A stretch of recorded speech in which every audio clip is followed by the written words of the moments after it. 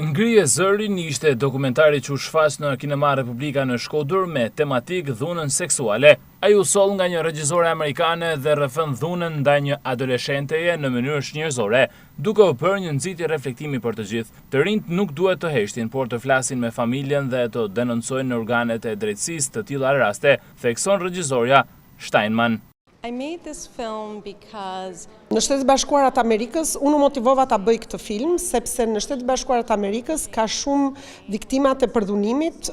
shpeshherë përjetojnë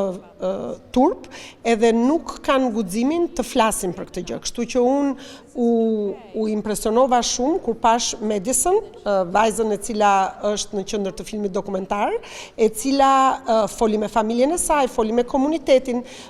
lidhur me sulmin seksual që i kishte ndodhur, dhe pastaj shkoi te drejtësia, komunikoi me prokurorët, shkoi në gjykat,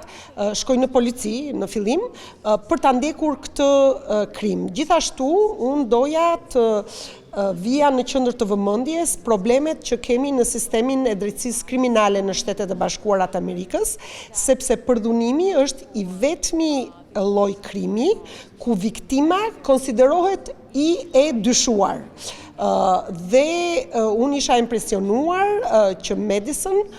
luftoi deri në fund në mënyrë që e drejta e saj të realizohet, që do të thotë personi që e kishte përdhunuar të mund të dënohej.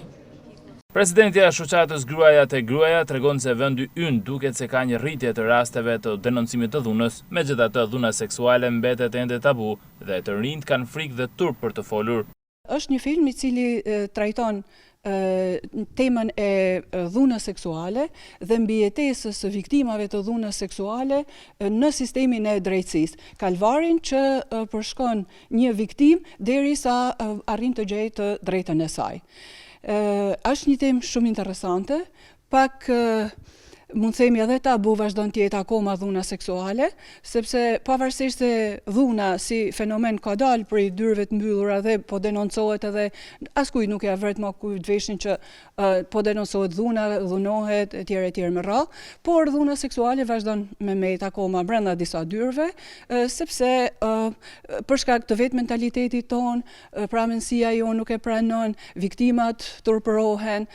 dhe plus edhe në sistemin ton të drejtësisë, një viktime i duhet të përshkojë një rrugë shumë të gjatë derisa të arrijë të drejtën e saj, pa përmend edhe kërcënime që mund të marrin etj. Ky dokumentar u ndoq nga studentë të shkollave të mesme dhe të Universitetit të Shkodrës.